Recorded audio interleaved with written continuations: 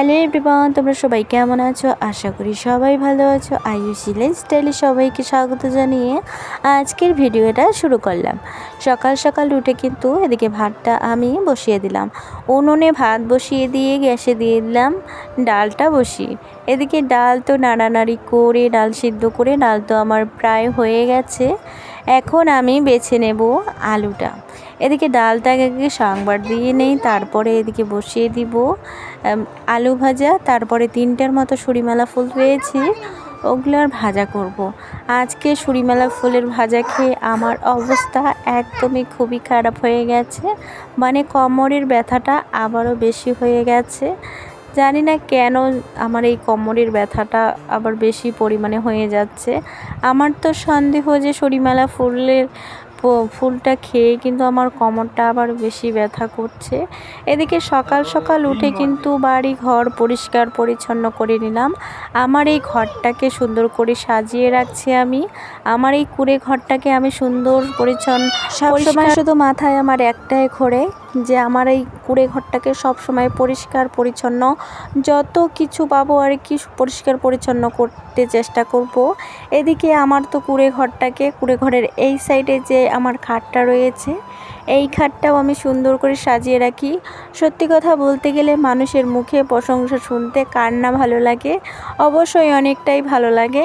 আমাকে কাল একটা যা আমার ঘরে ঢুকে বলল, বা তোমার ঘরটা এত সুন্দর, তখন শুনে আমার খুবই ভালো লাগলো। তখন আবারও কিন্তু আমার একটা চাহিদা বেশি বেড়ে গেছে।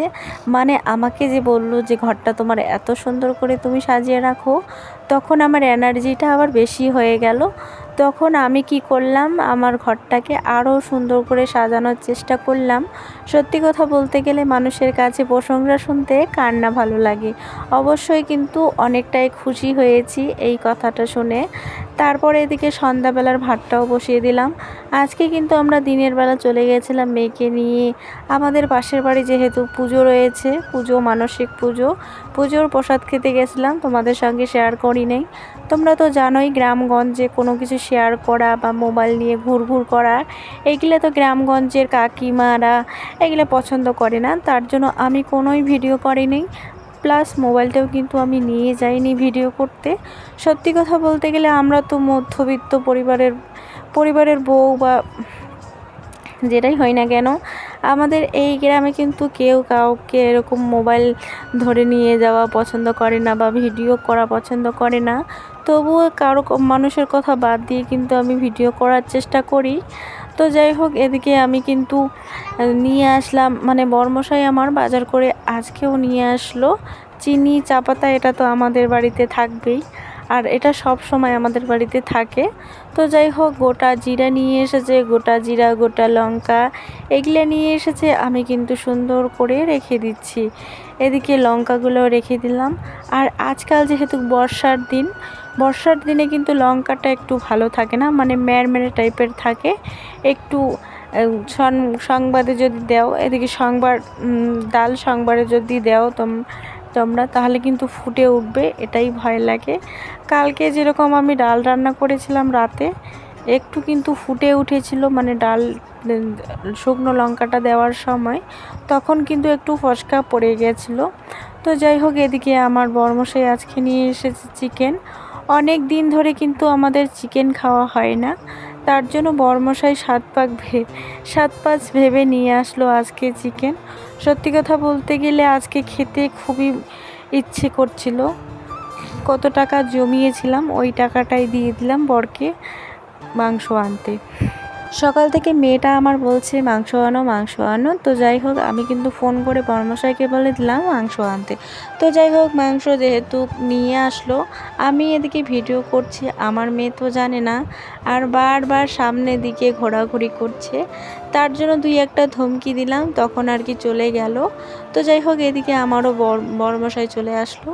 ওই ঘরে যেহেতু শুয়ে মোবাইল দেখছে, বারবার বলছে নেটটা অন করে দাও, হটস্পটটা অন করে দাও। তারপর নিজে এসে করে দিয়ে গেল। মানে আমি তো কাজ করছিলাম, আমার কাজের সময় আমাকে ডাকাডাকি করছিল, আমি তো দিলাম না, তখন নিজে এসে আর কি দিয়ে হটস্পটটা অন করে নিল। তো যাই হোক, এদিকে আমি কিন্তু লঙ্কা পেটে নিচ্ছি, লঙ্কা, রসুন, পেঁয়াজ সমস্ত কিছু কিন্তু বাটাবাটি করছি শিলনোড়ায়। আর শিলনোড়ায় বাটার মতো কিন্তু টেস্ট আর কোথাও হয় না। তার মধ্যে আমি যদি উনুনে রান্না করতাম তাহলে কিন্তু তার টেস্টটা দ্বিগুণ হতো। তো যাই হোক, আমি গ্যাসে রান্না করেছি।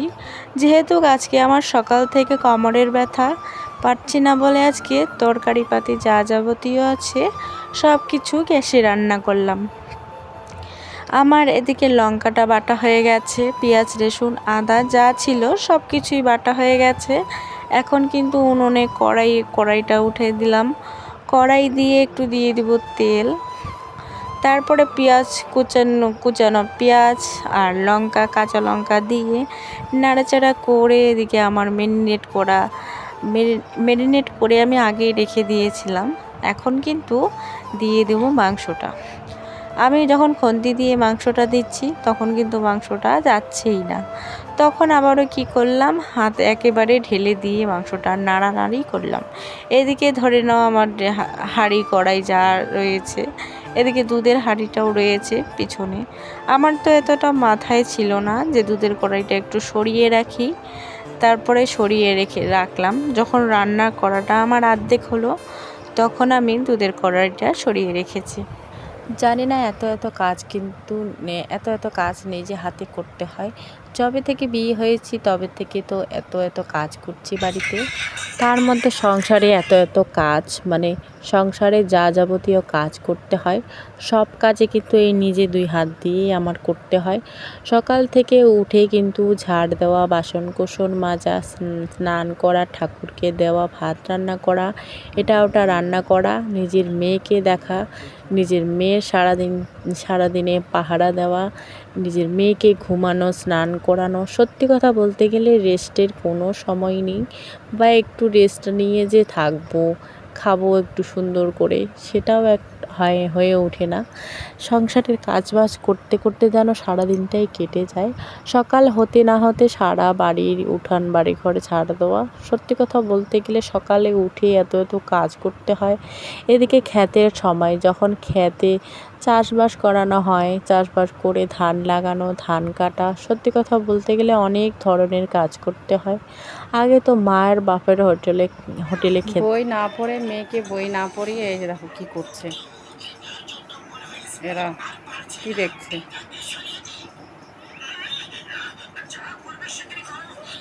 তারা বুঝতে পারছো এগুলো কি দেখছে? মোটু পতলু দেখছে। এদিকে আমি তো করছি রান্না, তো তোমাদের সামনে শেয়ার করলাম আমার ভিডিওটা। তো রান্না ততক্ষণে হতে থাক ওইখানে, ওই ঘরে আমি একটু বকবক করি তোমাদের সঙ্গে। যে লাইট, শুধু রান্না করলেও হয় না, শোয়ার ঘরে গিয়ে একটু নটাঙ্কিও করতে হয়। আর মেয়েকে বই না পড়িয়ে মেয়ের সাথে শুয়ে মোবাইল দেখছে, মানে মোটু পাতলু দেখছে। তারপরে রান্না করতে করতে ভাবলাম